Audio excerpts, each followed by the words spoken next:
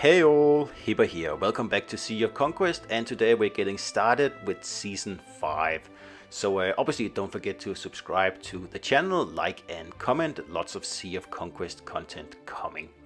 So Season 5, well, it is upon me. And I entered the season just a few hours ago. And as usual, I'll do a getting started video here to get the season kicked off.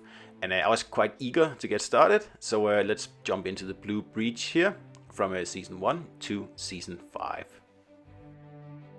So at first glance, Season 5 looks a terrible lot like Season 3, except that the map shape is different. It's not circular, right? It's more like the Season 4 map, which I like. I think this is a good way of doing it. It spices up things a little bit.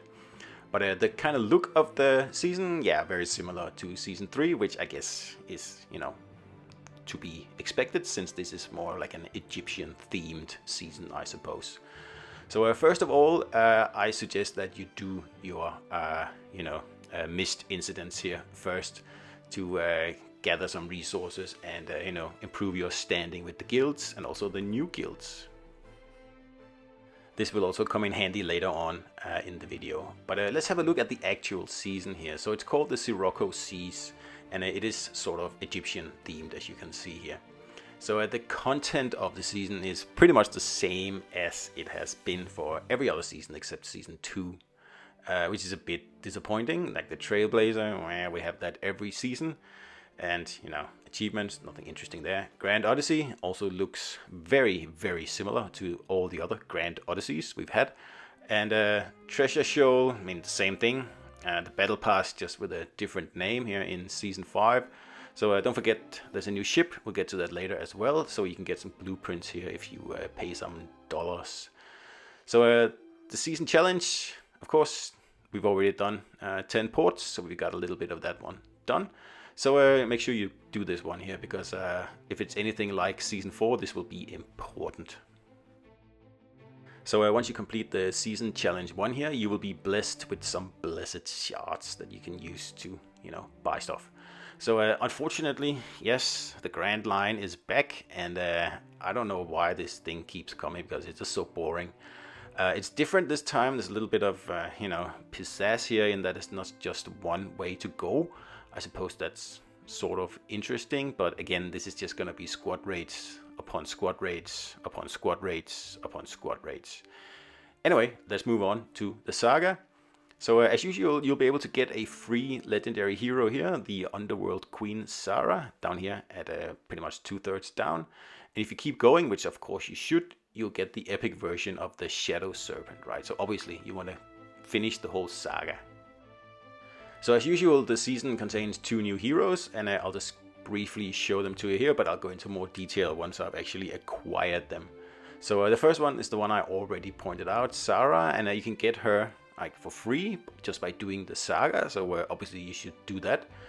She actually seems pretty good. Strategic damage, 310% to 5 ships. And close combat is also 165 to all enemies. So she actually seems useful, this hero here. So she's definitely my pick of the 2 if I had to make a choice, right? The other skill is also decent, but we'll look at that once we get her leveled a little bit. So the other new hero here is Cartel, and he's a gunner and he's cutthroat damage. And this guy here focuses on one target at a time. So for trials, he's probably not going to be that useful. I don't know yet because I haven't, played him. But, for whacking sea monsters and stuff like that, yeah, totally viable hero. I tend to like the area of effect heroes more, but that's up to you. So let's have a look at the actual calendar for this season here. And remember, the dates are just for my season, right? So there's plenty of stuff to look at, and let's just have a quick look at the trinkets available. So for the guy, we have the Blade of Sovereignty, which is going to increase the ship's cutthroat damage, and especially if you put it on the gunner hero. Of course, it'll work with any gunner hero, but it should be a cutthroat guide, right? Shadow Serpent is strategic damage by 18%, and again, wielded by the gunner. So they're kind of, tailor-made for the 2 heroes in the season, as usual. So let's just have a look at what's available here. And as you can tell, there's no Season 1 heroes anymore. They are gone. I don't know if you'll be able to get them in other ways, but you'll be able to grab heroes from Season 2 by picking one in those weeks, and also Season 3. Other than that, it looks like it is Season 5 only. So also don't forget that in the new season you'll be able to raise your adventure level. Now I had mine maxed out at the 120, which was the max in Season 4, but as soon as this season here kicks off, you can actually raise it, and you should. So that should be one of the first things you do. Go out there and whack these freighters. You can get your adventure level up, so you can upgrade your heroes and you can become more powerful, right? So that's exactly what I'm doing here. And if you can't be bothered doing it manually, you can pay, I believe, $8, and the game will do it for you, right? But you will have to cough up $8. And don't forget, the first kill rewards gives you some conks. So I'll just briefly touch upon the new ship here, the Scepter. I'll do a whole video on it just in detail once I actually get my hands on it.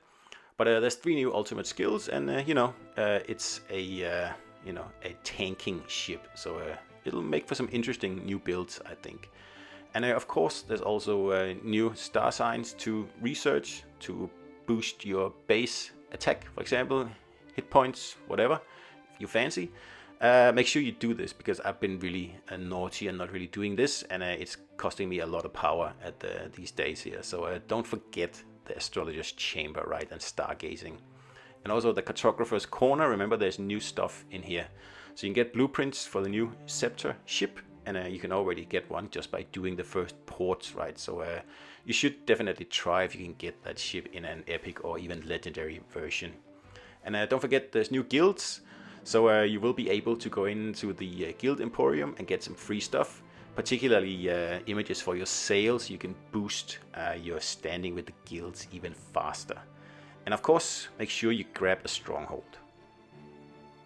This should be your first priority, but of course it kind of depends on your R4s and R5s as to when it happens. But you really should get that stronghold dealt with quickly, and it doesn't take long. Like you can see here, like 3 or 4 players can do it, and then that's the end of it. If you have the inclination, you can even grab some sentry towers and start to expand your sphere of influence early on here in the game. It's very easy to get it done, and of course vie for those sentry towers. And after that, you can start thinking about which port you want to grab, because make sure you grab a port quickly or early on, because you'll have to wait quite a long time before you can actually declare on a port. So don't wait too long, right? Because it'll just make trading easier. And of course, make a plan for your gang. Put some attack notes down and tell people what to do. So that's pretty much Season 5 for you guys. I hope you enjoy it, and I hope you'll have a good time out there. And let me know what you think in the comments, and I hope I'll see you out there.